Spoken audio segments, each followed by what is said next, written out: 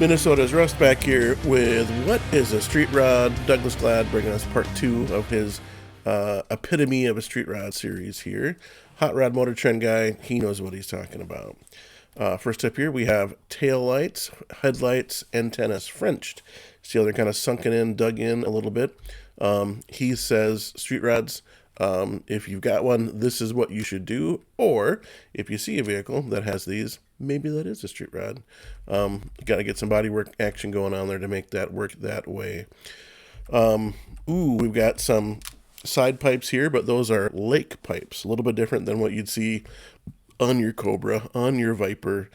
In the 50s, these were a quick, easy way to uncap those guys on the salt flats, the dry lake bed. That's what they called them, lake pipes back then.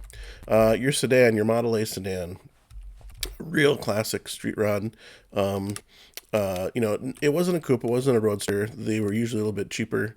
So you saw a lot of these around, a little bit more room for you and your buddies in there too, with some backseat stuff there.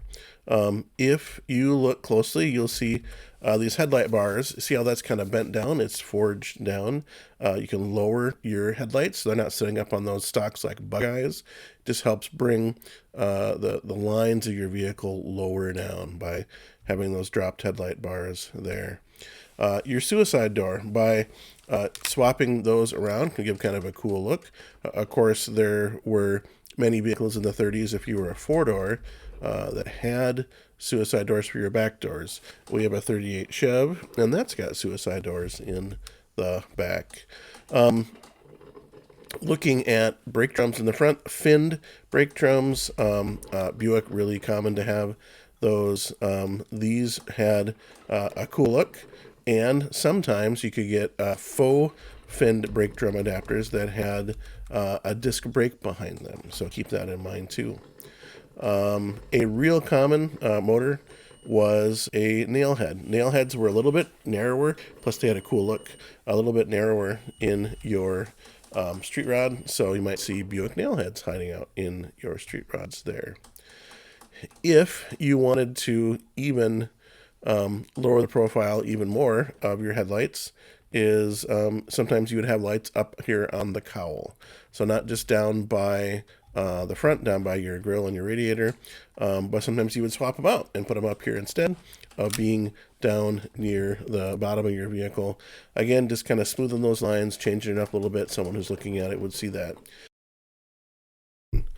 Visors. It was not that uncommon to see visors hiding out in the your street rods here. Sometimes they were made out of metal, but you would often see a visor made out of something else too.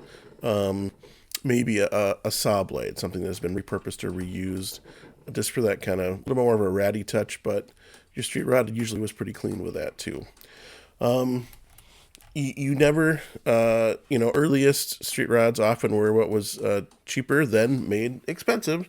So here's your standard Model A, your 28 to 31 Model A's before you got to your 32, where they were a little bit nicer, a little bit fancier, much more expensive today.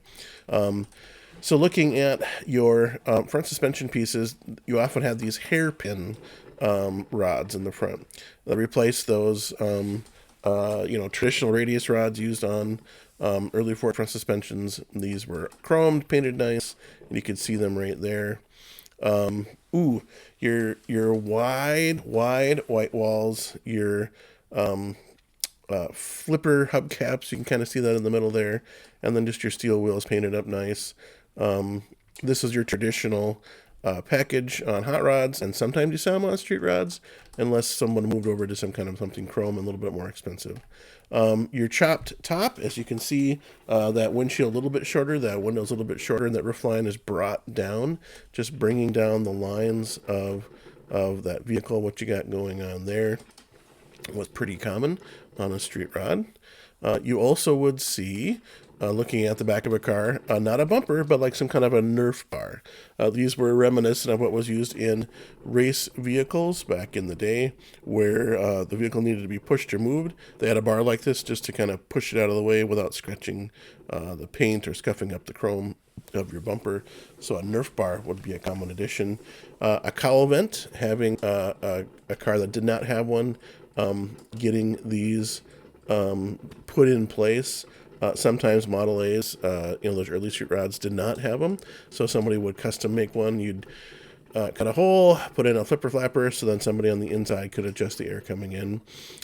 Your roadsters, if you had a real roadster where the top just came right off, there was no windows that would roll up or down.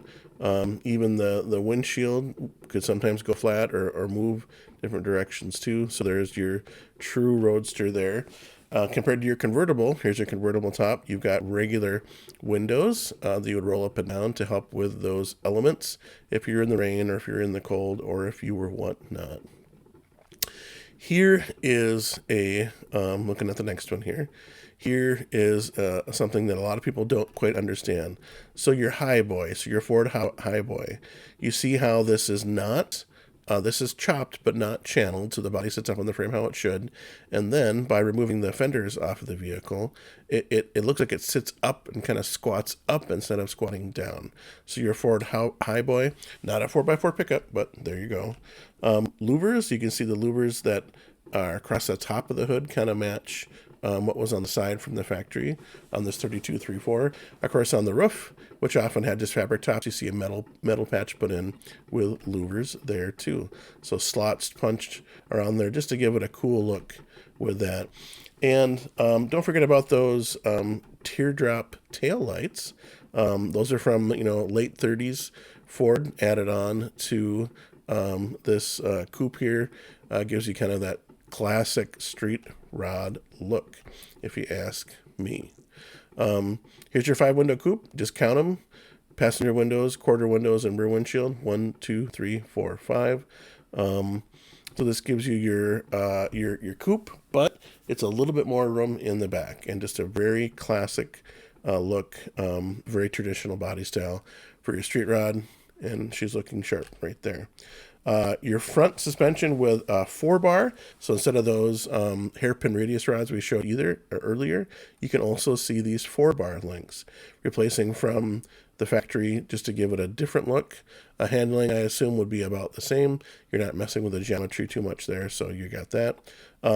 Spotlights. You will see spotlights from police cars or just other aftermarket. We have one that we showed on the channel that would be used. You hardly ever saw anybody using them, but just having it there, the handle goes into the interior for someone to use. So there we go. Quick visiting of what Douglas Glad says as the epitome of street rod. Thank you much. Minnesota is broad.